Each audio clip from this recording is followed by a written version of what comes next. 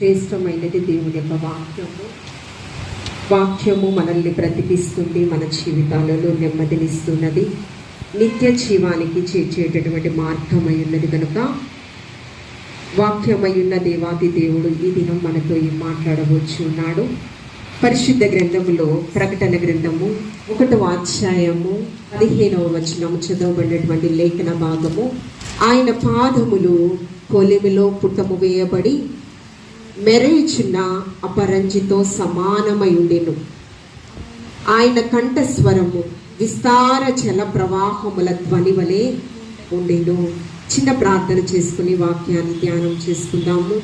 ప్రేమ నమ్మకం కలిగిన మా కన్న తండ్రి, స్తుతులకు పాత్రుడా, స్తోత్రాహుడా, మా గొప్ప దేవా, నీకు వందనాలు. నీ వాక్యముతో ప్రవ్వా సూటిగా ప్రియబిడ్డలతో ముఖాంతరంలో నుంచి మీరు మాట్లాడండి. వాక్యానుసారమైన జీవితము దయచేయండి. నీవిచ్చినటువంటి రక్షణ చాలా జాగ్రత్తగా కాపాడుకుంటూ అనేకులను నీ వైపు ఆకర్షించే బలమైన సాధనాలుగా ఇక్కడున్న ప్రతి ఒక్కరిని బలపరచమని క్రీస్తు పరిశుద్ధ నామంలో అడిగి వేడుకుని ప్రార్థించుచున్నాము తండ్రి, ఆమేన్.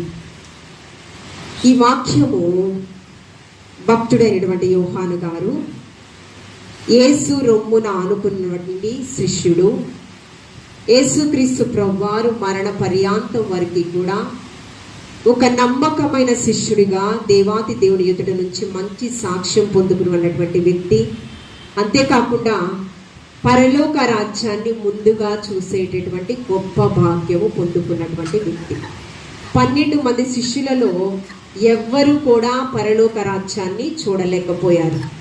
కేవలము యేసు రొమ్మున ఆనుకున్న, యేసు ప్రేమించిన శిష్యుడు యోహాను మాత్రమే పరలోక రాజ్యం శ్రమానుభవంలో సువార్త ప్రకటిస్తూ ఉన్నప్పుడు పద్మాసు దివిలో ఆయనను విడిచిపెట్టినప్పుడు ఆ శ్రమానుభవంలో దేవునితో సహవాసం చేసినటువంటి యోహాను గారికి ఏమి పొందేటటువంటి గొప్ప భాగ్యం పొందుకుందంటే, శ్రమలు రాకమానవు వాటిని సహించువాడు ధన్యుడు.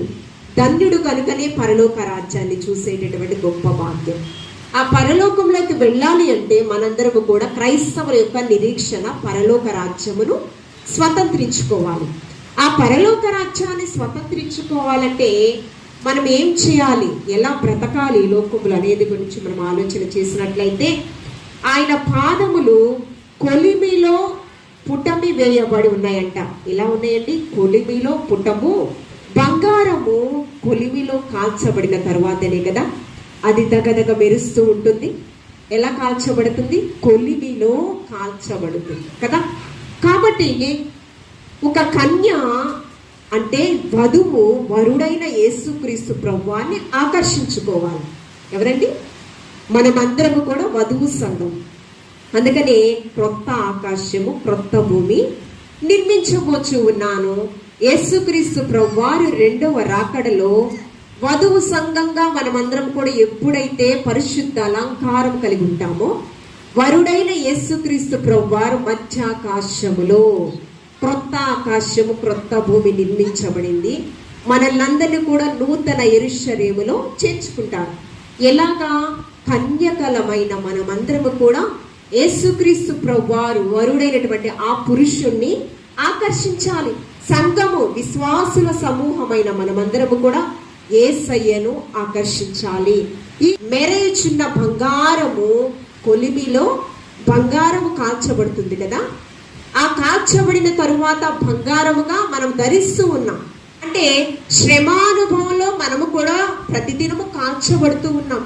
ఇప్పుడు పరిశుద్ధ ఆదివారము ఆరాధనకు వస్తూ ఉన్నాం. క్షణముల క్రితము ఒక తల్లి యాక్సిడెంట్లో, ప్రమాదంలో, నిజంగా నేనైతే ఏం చెప్తానంటే, మరణ ఛాయల అంచుల నుంచి ఆ తల్లి ఉంది. ఆ తల్లిని 9 కుమార్తెలు లేపుచున్నారు. మగవాళ్ళు కూడా ఎవరు రాలేదు దగ్గరికి. ఆల్రెడీ బ్లడ్ వస్తుంది, తల్లి కళ్ళు తేలేస్తుంది అంటారు, చూసావా? అంటే ఇక మరణ ఛాయల అంచులలో ఆ తల్లి ఉంది. కానీ మనము క్షేమకరంగా ఉన్నామంటే మన ఏదో భక్తి వల్ల, మన విశ్వాస్యత వల్ల, దీన్ని బట్టి కాదు, కేవలం దేవుని యొక్క ఉచితమైన కృప వలన మాత్రమే మనము సజీవ లెక్కలో ఉన్నాం. శ్రమానుభవంలో మనము కూడా మన వయసును బట్టి, మన జీవన విధానం బట్టి ఒక్కొక్క కుటుంబంలో ఒక శ్రమ, ఒక్కొక్క చింత, సముద్రి లేకపోవడమా, ఏమండి ఉద్యోగములు లేకపోవడమా, చదువుకున్నటువంటి ఆ చదువును బట్టి వేతనం, ఉద్యోగం చేస్తున్నా కూడా వేతనం సరిగ్గా రాకపోవడమా, ఒక కుటుంబంలో సమృద్ధి, ఆస్తిపాస్తులుంటే ఆరోగ్యం మంచిగా ఉండదు, ఒక కుటుంబంలో మేడలు మిద్దెలుంటే శాంతి ఏదో ఒక శ్రమానుభవంలో జీవిస్తూ ఉన్నారు మనుషులు కదా. ఈ శ్రమానుభవంలో ఎవరు తోడుగా ఉండాలంట? దేవాతి దేవుని యొక్క సన్నిధి, ప్రత్యక్షత అనునిత్యము మనం ఆస్వాదిస్తే ఖచ్చితంగా శ్రమలు సహించే విధంగా గొప్ప జ్ఞానాన్ని, ధైర్యాన్ని దేవాతి దేవుడు మనకి ధన్యులముగా మార్చబడతాం. దేవునితో సహవాసము మనం చేస్తే ఈ మెరయిచున్న అపరంజితో సమానమై ఉండేను. అపరంజి గురించి మనం ఆలోచన చేస్తే ఇది ఎక్కడుంటుందంటే ప్రత్యక్ష గుడారము, పరిశుద్ధ స్థలము, అతి పరిశుద్ధ స్థలము. పాత నిబంధన కాలంలో 2 ఉన్నాయి కదా. ఈ ప్రత్యక్ష గుడారములో ఒక బలిపీఠము కూడా ఉంది. ఆ బలిపీఠము దగ్గర ఏం చేస్తారంటే యాజకులు పాప పరిహారార్థం బలులు అర్పిస్తారు. దేవుని యొక్క ఆత్మాభిషేకంతో నింపబడినటువంటి వారు పాప పరిహార్థపు బలులు అర్పించేటటువంటి వారు. అక్కడ ఏముందంట? అపరంజి ఉందంట. అపరంజితో బలిపీఠము చేయబడిందంట. అపరంజితో బలిపీఠము చేయబడిన అక్కడ యాజకులు ఎవరైతే పాప పరిహారార్థ బలులు అర్పించేవారో వారి గురించి విజ్ఞాపన చేసేటటువంటి వారు. అపరంజి అంటే అపరంజి పోలి ఉన్నటువంటి యేసుక్రీస్తు ప్రభువారు. ఆయన పాదములు, ఎవరైతే యేసుక్రీస్తు ప్రభువాన్ని వెంబడిస్తారో వారి పాదములు శ్రమానుభవాల నుంచి సువర్ణముగా, అపరంజిగా మార్చి దేవునితో సత్సంబంధము కలిపి దేవునితో అంటుకట్టబడిన జీవితం ఎవరైతే కలిగి ఉంటుందో వారి పాదములు ఎలా ఉంటాయంట? వారు ధన్యతను పొందుకునేటటువంటి ఒక స్థితిలోకి వెళ్తారు. ఎలా మార్చబడతారంట? అపరంజిగా మార్చబడతారు. ఈ అపరంజి ఎక్కడుందంట? బలిపీఠము తయారు చేయబడినటువంటి ఒక గొప్ప ఖ్యాతిని పొందుకున్నటువంటి అపరంజి. చూడండి, ఇందాకే చెప్పాను, కన్యక పురుషుణ్ణి ఆకర్షించుకోవాలి. పరిశుద్ధ గ్రంథములో లూకాసు వార్త 7వ అధ్యాయము 36వ వచనం నుంచి మనం చూస్తూ ఉన్నప్పుడు ఒక వధువైనటువంటి స్త్రీ పురుషుణ్ణి ఆకర్షించుకోవాలి.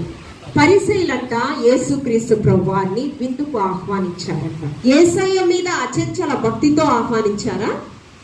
యేసయ్య మీద చాలా ప్రేమను బట్టి ఆహ్వానించారా? మంచి ఆతిథ్యం ఇవ్వాలని, యేసయ్య మంచి సేవ చేస్తున్నారని ఆహ్వానించారా? సువార్త ప్రకటిస్తూ ఆకలి దొప్పులు మరచి ప్రజల కోసం నిరంతరంగా శ్రమిస్తూ ఉన్నాడని ఆహ్వానించారా? ఆతిథ్యం ఇవ్వడానికి పిలిచారా? కాదండి. యేసుక్రీస్తు ప్రభువారు ఒక మంచి వార్త ప్రకటిస్తూ ఉన్నప్పుడు, అనేకమైన స్వస్థతలు, అద్భుతాలు, ఆశ్చర్య కార్యాలు చేస్తూ ఉన్నప్పుడు ఆ మంచి కార్యాన్ని పాడు చేయడానికి శాస్త్రులు, పరిసయ్యులు, సద్దుకయ్యులు ఏం చేశారంటే పాడు చేయడానికి, నేరారోపణ చేయడానికే శతవిధాల ప్రయత్నించారు. ఏదో ఆయన చేసేటటువంటి మంచి పనిని గుర్తించి ఆయనకి విశ్రాంతి ఇవ్వాలి, మంచి ఆతిథ్యం ఇవ్వాలని పిలవలా. దేని పిలిచారు? మంచి కార్యాన్ని, లోక కళ్యాణము కొరకు, అందరినీ కూడా సత్య మార్గంలోనికి నడిపించుట కొరకు యేసుక్రీస్తు ప్రభువారు అహర్నిశలు. అందుకే యేసుక్రీస్తు ప్రభువాన్ని బాల్య వయసులో యెరూషలేము దేవాలయంలో మరియా, యోసేపు వెతుకుతూ ఉన్నప్పుడు ఎక్కడికి వెళ్ళిపోయావయ్యా అని ఆతృతతో ఆయనకు ఆహారం పెట్టాలని వెతుకుతూ ఉన్నప్పుడు, నా తండ్రి చిత్తము నెరవేర్చుటయే నాకు ఆహారము పానీయము అని మీరు ఎరుగరా కదా. ఆయన సిలువ కొయ్యలో వేలాడుచు ఉన్నప్పుడు కూడా నేను దప్పిక కొనుచు ఉన్నాను. ఏ దాహము గురించి ఆయన మాట్లాడుచు ఉన్నాడంటే ఆత్మల దాహము గురించి ఆయన మంచి కార్యాన్ని, లోక కళ్యాణం కొరకు ఈ లోకానికి వస్తే యేసుక్రీస్తు ప్రభువాన్ని ఆయన నేరారోపణ చేసి సిలువకు అప్పచెప్పాలని శాస్త్రులు, పరిసయ్యులు, సద్దుకయ్యులు శతవిధాల ప్రయత్నించారు. ఇక్కడికి భోజనానికి ఆహ్వానించారు. భోజన పంక్తిలో చాలా ధర్మ శాస్త్రోపదేశకులు, పండితులు అక్కడ ఉన్నారండి. వీరేంటి? మత పెద్దలు. పరిసయ్యులు, శాస్త్రులు, సద్దుకయ్యులు వీరు యూద మత పెద్దలు. ధర్మశాస్త్రాన్ని ప్రావీణ్యం గాంచినటువంటి వారు, పండితులు చెప్పాలి అంటే వీరేం చేస్తూ ఉన్నారు? ఆహ్వానించారు. అందరు పెద్దలందరూ ఉన్నారు. యేసుక్రీస్తు ప్రభువారు విందులో ఉన్నారు. అక్కడ అనుకోకుండా వెనుక మార్గము నుంచి ఒక స్త్రీ వచ్చిందండి. ఆ స్త్రీ ఎలాంటి స్త్రీ? పాపాత్మురాలైన రోగి వైద్యుడిని ఆకర్షించాలి. యేసుక్రీస్తు ప్రభువారు ఆరోగ్యవంతుల కొరకు ఈ లోకానికి రాలేదు, కానీ రోగి కొరకు, ఆత్మీయ స్థితిలో చల్లారిపోయినటువంటి వారి కొరకు పరమ వైద్యుడిగా ఈ లోకానికి వచ్చారు. బలహీనులను బలపరచడానికి ఈ లోకానికి వచ్చారు. ఇందులో కూర్చున్నప్పుడు వెనుక నుంచి అకస్మాత్తుగా ఒక స్త్రీ వచ్చిందంట. ఆ స్త్రీ వ్యక్తిగత జీవితం ఎలా ఉందో తెలుసా? పాపాత్మురాలైన స్త్రీ. ఆ స్త్రీ ఎలా వచ్చిందో తెలుసా? ఒక సిద్ధపాటుతో వచ్చిందండి. సిద్ధపాటు లేకుండా రాలేదు. యేసుక్రీస్తు ప్రభువారి దగ్గర ఎంత సిద్ధపాటుతో వచ్చిందో తెలుసా? చూడండి, 37వ వచనం నుంచి మనం చూస్తే, ఆ ఊరిలో ఉన్న పాపాత్మురాలైన ఒక స్త్రీ యేసు పరిసయ్యుని ఇంట భోజనము కూర్చున్నాడని తెలుసుకుని ఒక బుడ్డిలో అత్తరుని తీసుకుని వచ్చి ఏంటండి తరువాత వెనుక తట్టు ఆయన పాదముల యొద్ద నిలబడి ఏం చేసింది? ఏడ్చుచు కన్నీళ్లతో ఆయన పాదములను తడిపి తల వెంట్రుకలతో తుడిచి ఆయన పాదములను ముద్దు పెట్టుకుని ఆ అత్తరు వాటికి పూసెను. ఏం చేసిందంటే ఎన్ని క్రియలు చేసింది ఆమె? ఎక్కడ నిలబడిందంట? ఆయన పాదముల యొద్ద నిలబడిందంట. మార్తా మరియా ఇరువురు ఉన్నారు కదా. మార్తా విస్తారమైన క్షయమైన పనులలో వంట చేసుకుంటూ, నా సహోదరి నాకు సహాయం చేయటం లేదు, నీకు చింత లేదా ప్రభువా అంటుంది. యేసుక్రీస్తు ప్రభువారు అన్నారు, మరియా ఉత్తమమైన దాని గురించి ఎంచుకుందమ్మా. ఉత్తమమైన దేవుని మాటలు వింటుంది. ఆ మాటలు విన్నట్లయితే ఆశీర్వాదాన్ని స్వతంత్రించుకుంటారు. ఈ ఉత్తమమైన ఆశీర్వాదాలు ఆమె నుంచి ఎవ్వరు కూడా తీసివేయలేరు. ఈమె కూడా ఏం చేసిందంట? ఆయన పాదముల యొక్క నిలిచి ఉండి తర్వాత ఏం చేసిందండి? ఏడ్చుచు. సుంకరి పరిసయుడు దేవుని పాదాల చెంత దేవుని యొక్క మందిరంలో ప్రార్థిస్తూ ఉన్నాడు. ఒక దినం పరిసయుడు ప్రార్థిస్తూ ఉన్నాడు, వారానికి 3 మారు ఉపవాస ప్రార్థనలు చేస్తున్నానయ్యా, దశమ భాగాలు ఇస్తున్నాయ్యా, ఆజ్ఞలను గైకొని నేను బ్రతుకుతున్నానయ్యా, కానీ ఈ సుంకరి వలె పాపాత్ముడును నేను కానయ్యా అంటూ ఉన్నాడు. ఎలా? తనను తాను అతిశయించుకుంటూ కనపరుచుకుంటున్నాడు. తనను తాను అతిశయించుకుంటూ ప్రార్థన చేస్తూ ఒకరి గురించి తీర్పు తీరుస్తూ ఉన్నాను. ఎవరి గురించి? సుంకరి గురించి. సుంకరి వలె పాపాత్ముడను నేను కానయ్యా అంటూ ఉన్నాడు. కానీ సుంకరి ఏం చేస్తాడో తెలుసా? రొమ్ము కొట్టుకుంటూ ఆకాశం వైపు చూస్తూ, ప్రభువా తండ్రి అని మొరపెట్టేటటువంటి యోగ్యత కూడా నాకు లేదు ప్రభువా అని కన్నీటి ప్రార్థన చేస్తున్నాడంట. ఇక్కడ ఎవరి ప్రార్థన దేవాది దేవుడు లక్ష్య పెట్టాడంటే సుంకరి ప్రార్థన. తండ్రి అని పిలిచేటటువంటి యోగ్యత కూడా నాకు లేదయ్యా అని ఆకాశం తట్టు ఆయన చేతులు చూపించి వేదనతో నిండినటువంటి హృదయముతో కన్నీటి ప్రార్థన చేశాడు. తనను తాను తగ్గించుకుని వాడు హెచ్చింపబడునని అక్కడ వాక్యంలో ఉంటుంది. అంటే తగ్గింపు ప్రార్థన ఎవరు చేశాడంటే సుంకరి చేశాడు. అందుకని పరిసయుడు కంటే సుంకరి నీతిమంతుడుగా ఎంచబడ్డాడంట. తన పాపాలు క్షమించబడ్డాయి. ఈ తల్లి ఏమని ప్రార్థన చేస్తుంది? కన్నీటి ప్రార్థన. కన్నీటితో పాదాలే తడిపేసిందంట. అంతేకాకుండా వస్త్రపు చెంగుతో కన్నీటిని తొడవచ్చు కదా, వస్త్రపు చెంగుతో పాదములను తొడవచ్చు కదా. ఒక పరిశుద్ధ వస్త్రాన్ని తీసుకుని వచ్చి యేసయ్య పాదాలు తుడవచ్చు కదా, శుభ్రపరచవచ్చు కదా. కానీ దేనితో? తల వెంట్రుకలతో ఆయన పాదాలను తుడిచిందంట. కన్నీటితో ఉన్న ఆయన పాదాలను. అంటే ఎంత భక్తి కనిపిస్తుందండి. ఆ భక్తి ఇది వరకు ఎవరైనా చేశారా? ఎవ్వరు చేయల. స్పష్టంగా పరిశుద్ధాత్మ దేవుడు ఒక్క ఈ పాపాత్మురాలైన స్త్రీ గురించే పరిశుద్ధాత్మ దేవుడు రాశాడు. ఆయన పాదాలను మరల ఏం చేసిందంటే ముద్దు పెట్టుకుంది. స్వార్థం ఉందా? కపటం ఉందా? వేషధారణ ఉందా? ముద్దుల పవిత్రమైన ముద్దు పెట్టుకుందండి. అతి పరిశుద్ధుడైన యేసుక్రీస్తు ప్రభువాన్ని పవిత్రమైన ముద్దు పెట్టుకుంది. అంతేకాకుండా అత్తరు వాటికి పూసెను. ఆయనను పిలిచిన పరిసయుడు అది చూసి, ఈయన ప్రవక్త అయిన ఎడల ఆ పాపాత్మురాల్ని తృణీకరిస్తాడు కదా, ఆమె వ్యక్తిగత జీవితం ఏ రీతిగా ఉందో తెలుసు కదా అని చెప్పి ఎవరు మాట్లాడుతున్నాడు? పరిసయ్యులు అనుకుంటూ ఉన్నారు. కానీ యేసుక్రీస్తు ప్రభువారు ఈ లోకానికి ఎందుకు వచ్చారంటే, ఆరోగ్యవంతులకు వైద్యుడు అవసరం లేదు. ఎవరండి? అనారోగ్యములో ఆత్మీయ స్థితిలో చనిపోయిన వారి కొరకే, అటువంటి బలహీనుల కొరకే యేసుక్రీస్తు ప్రభువారు ఈ లోకానికి వచ్చారు. శిష్యుడితో అంటున్నారు, సీమోను పేతురుతో అంటూ ఉన్నాడు, అయ్యా నీవు నన్ను వచ్చి ముద్దు పెట్టుకోలేదు, కానీ ఆమె కన్నీటితో నా పాదాలు తడపడమే కాదు, తల వెంట్రుకలతో ఆ పాదములు తుడిచి పవిత్రమైన ముద్దు పెట్టుకుందయ్యా. కాబట్టి ఆమె విస్తారమైన పాపములు విస్తారంగా నన్ను ప్రేమించింది, హార్ట్ఫుల్గా ప్రేమించింది. ఆ ప్రేమలో అవధులు లేవు, ఎవరు చూపించలేనటువంటి ఒక ప్రత్యేకమైన ప్రేమ యేసయ్యకు. ఆ ప్రేమకు యేసుక్రీస్తు ప్రభువారు ఏమయ్యారు? ఆకర్షితుడయ్యాడు. అందుకే వెనువెంటనే ఏం చేసింది చూడండి, 47వ వచనం, 7వ అధ్యాయం 47వ వచనం. ఆమె విస్తారముగా ప్రేమించిన గనుక ఆమె యొక్క విస్తార పాపములు క్షమించబడినని నీతో చెప్పుచున్నాను. 50వ వచనము, అందుకు ఆయన నీ విశ్వాసము నిన్ను రక్షించెను, సమాధానము గల దానవై వెళ్ళుమని ఆ స్త్రీతో చెప్పాను. కన్యక పురుషుడిని ఆకర్షించాలి. పరిశుద్ధుడైనటువంటి యేసుక్రీస్తు ప్రభువాన్ని మనమందరం కూడా ఆకర్షించుకోవాలి. ఎలా ఆకర్షించాలంటే క్రియలతో ఆకర్షించాలి. ఆ విశ్వాసం ఎలా చూపించిందంటే, ఆమె భక్తి ఎలా చూపించిందంటే క్రియలలో చూపించింది, మాటల్లో కాదు. చాలా మంది మాటల్లో నీవంటే అంత ప్రేమ అని చెప్తారు, ప్రాక్టికల్గా వచ్చేటప్పుడు మనల్ని విడిచిపెట్టేస్తారు. క్రియలు లేని విశ్వాసం ఏమవుతుందండి? మృతముతో సమానం. అందుకనే పెదవులతో నన్ను స్తుతిస్తూ ఉన్నారు కానీ హృదయం నాకు దూరంగా ఉంది. యేసుక్రీస్తు ప్రభువాన్ని ఆకర్షించుకుంది. పాపాత్మురాలైన స్త్రీ తన పాపములను ఒప్పుకుని విడిచిపెట్టువాడు దేవుని యొక్క కనికరాన్ని పొందుకుంటారు కదా.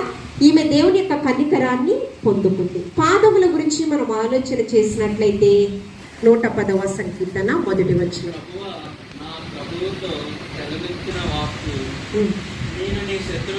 నీ శత్రువులను నీ పాదములకు పీఠముగా చేయి వరకు నా కుడి పార్శ్వమును కూర్చుందము. ఎవరు ఎలా చేస్తాడంట? పాదములకు పీఠముగా ఇస్తాడంట శత్రువులను. ఎప్పుడు? దేవునితో మనము విడదీయరాని బంధము కలిగినప్పుడు, దేవుని సన్నిధిని మనం ప్రేమించినప్పుడు మన శత్రువులను మన పాదపీఠముగా చేస్తాడంట. 119వ సంకీర్తన 105వ వచనము, ఈ వాక్యము నా పాదములకు దీపమును నా త్రోవకు వెలుగునైనది. మన పాదాలకు ఎలాగంట? దేవుని యొక్క వాక్యము దీపము వెలుగుగా ఉందంట. వెలుగు లేకపోతే ఏమవుతుంది? ప్రమాదాలు జరుగుతాయా? చీకట్లో మనం నడిచేటప్పుడు ముళ్ళ తుప్పలు, గచ్చ పొదలు ఇవన్నీ వస్తూ ఉంటాయి. మనకి మార్గం తెలియకుండా నడిస్తే ఏమవుతుంది? ప్రయాణం చేస్తే ఏమవుతుంది? ప్రమాదాలు. మార్గము తెలిసి వెలుతురులో ఉన్నప్పుడే భయంకరమైన ప్రమాదాలు మనం చూస్తున్నాం. కానీ మార్గము తెలియకుండా, అంటే చీకటిగా మన నేత్రములు మూయబడితే మనం ఎలా ప్రయాణం చేయగలము? దేవుని యొక్క వాక్యము వెలుగై ఉన్న దేవుడు వెలుగు సంబంధులుగా మనం మార్చడానికి ఏం చేశాడో తెలుసా? పరిశుద్ధ రక్తాన్ని చిందించాడు. కాబట్టి పాదములకు దేవుని యొక్క వాక్యమును జోడులుగా ధరించుకోవాలి. అంతేకాకుండా మన శత్రువులను పాదపీఠముగా ఆయన చేస్తానన్నాడు. ఎప్పుడంటే క్షమానుభవులు దేవుడితో సహవాసం చేసినప్పుడు దేవాది దేవుడు వాక్యమైన దేవుడు మనల్ని బ్రతికిస్తూ మనకి నెమ్మదినిస్తూ నిత్య జీవానికి చేర్చుతాడు. అంతేకాకుండా రెండవదిగా మనం చూస్తూ ఉన్నప్పుడు దేవుని యొక్క స్వరం మనం వినాలండి. రెండవది ఏంటి? ఆయన కంఠ స్వరము విస్తార జల ప్రవాహముల ధ్వని వలె ఉన్నది. 29వ సంకీర్తన 3-4 వచనాలలో ఆయన కంఠస్వరం ఎలా ఉందంట? విస్తార జల ప్రవాహముల ధ్వని వలె ఉందంట ఆయన స్వరం. సంచరించుచున్నాడు మహాజలముల మీద, జల ప్రవాహముల మీద యెహోవా సంచరించుచూ ఉన్నాడట. చూడండి, యెహెజ్కేలు గ్రంథము 43వ అధ్యాయము 2వ వచనములో, ఇశ్రాయేలీయులు దేవుని ప్రభావము తూర్పు దిక్కున కనబడెను, దాని నుండి పుట్టిన ధ్వని ఆయన ప్రకాశము చేత ప్రజ్వరిలను. ఆయన ఎలా ఉందంట? యెహోవా స్వరము జలముల మీద వినబడుచున్నది, మహిమగల దేవుడు ఉరుము వలె గర్జించుచు. జల ప్రవాహముల మీద ఆయన తిరుగులాడుచు ఉన్నాడు. ఏ విధంగా ఈ లోకంలో జల ప్రళయాలు కలిగేటటువంటి ఉగ్రతలు మన మీదకి వస్తూ ఉంటాయి. ఎలా? పంచభూతాలలో జలము కూడా ఒక ఆయుధము కదా. అందుకని జల ప్రళయాన్ని నోవాహు కాలంలో ఉగ్రతగా విడిచిపెట్టారు. 40 పగళ్ళు 40 రాత్రి. మనము సముద్రం ఉంది, సముద్ర తీరము దాటి మన మీదకి వస్తే ఎలా అవుతుంది? సముద్రం హుదూద్ తుఫాన్ వచ్చినప్పుడు ఏమైంది? సముద్రము ఇంకా గడ్డు తెంచుకుని ఎక్కడికి వచ్చేసింది? గృహాల్లోకి వచ్చింది. అలా వస్తే ఏమవుతుంది? మనకు ప్రమాదమేనా? మనకి నాశనమేనా? ఆ జలములకు నదులను పారచేయువాడు ఆయనే. జలములను మీద వాటిని మనకి ఒక ఆశీర్వాదకరంగా చేయవాడు. వర్షములు లేకపోతే ఏ కాలంలో వర్షాలు పడాలో ఆ కాలంలో వర్షాలు పడకపోతే ఏమవుతుంది? పంట చేతికి రాదు. వర్షాకాలంలో వర్షాలు రావాలి, వేసవి కాలంలో ఎండలు రావాలి, చలికాలంలో చలి రావాలి. కానీ క్రమ పద్ధతి కాకుండా ఎండాకాలంలో వర్షాలు రావడం వల్ల కూడా ప్రజలకు నష్టమే. ఎండల్లో ఎంత ఎండ రావాలో, ఎంత ఉష్ణోగ్రత రావాలో అంతే ఉష్ణోగ్రత రావాలి. అంతకంటే ఉష్ణోగ్రత పెరిగితే, భూమిలో తాపం పెరిగితే ప్రజలు ఏమవుతారు? అనారోగ్య పాలవుతారు. కొంతమంది వేడి తాపం వల్ల చనిపోవటం కూడా జరుగుతుంది. ఈ జీవనోపాధి కొరకు మనము ప్రయాసపడే ప్రక్రియలో మనలో అక్రమము విస్తరించుట చేత ప్రజలలో ప్రేమ చల్లారిపోతుందంట. ప్రేమామయుడైన యేసుక్రీస్తు ప్రభువారిలో కూడా ప్రేమ చల్లారిపోతే రెండవ రాకడలో మనకేమవుతుంది? దేవుని యొక్క మహా ఉగ్రత మన మీదకి వస్తుంది. యోహాను సువార్త 10వ అధ్యాయము 3వ వచనము. యోహాను సువార్త 10వ అధ్యాయం 3వ వచనము.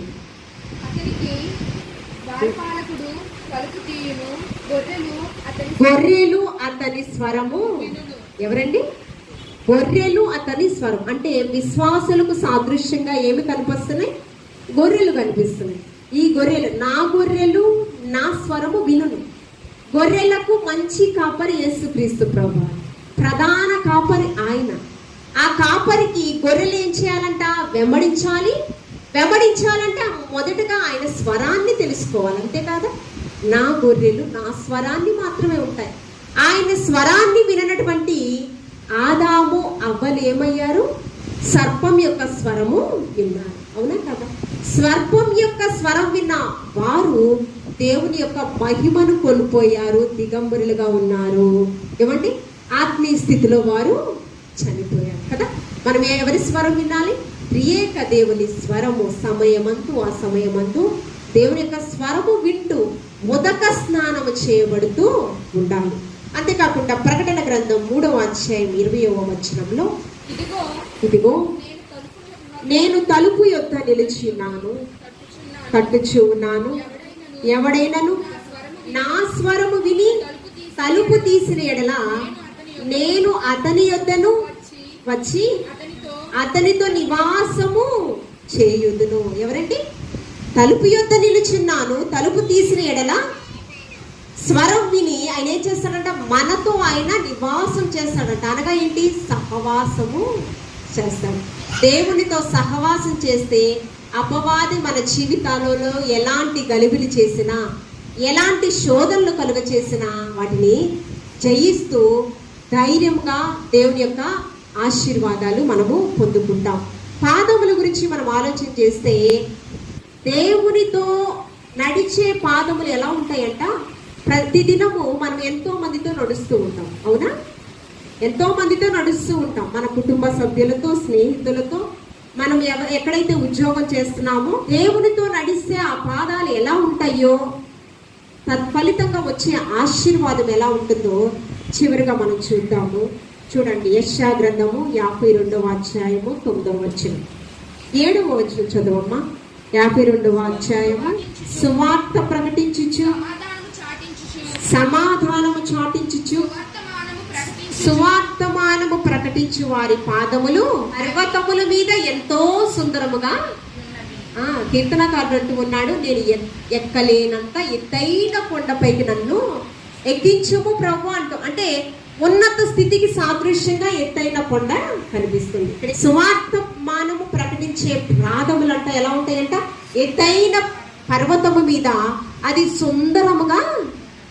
ఇప్పుడు మనకి వైజాగ్ లో కొండ మీద ఒక లైట్ హౌస్ కదా, వైజాగ్ అనేటప్పటికి ఎవరికైనా ఏం గుర్తొస్తుంది, లైట్ హౌస్ ఒకటి, తర్వాత బీచ్ ఒకటి కదా, ఈ గ్రీనరీ ఒకటి కదా. ఎందుకంటే మన జీవితాలు కూడా అలా ఎత్తైన కొండపైకి అందరికీ కూడా వెలుగునిచ్చే విధముగా, వెలుగు వైపు ఆకర్షించే విధంగా మనం ఉండాలని దేవదేవుడు ఆశపడు. చివరికి ఒక వాక్యము, రోమిలికి రాసిన పత్రిక 10వ అధ్యాయం 15వ వచనము, 10వ అధ్యాయము 15వ వచనం.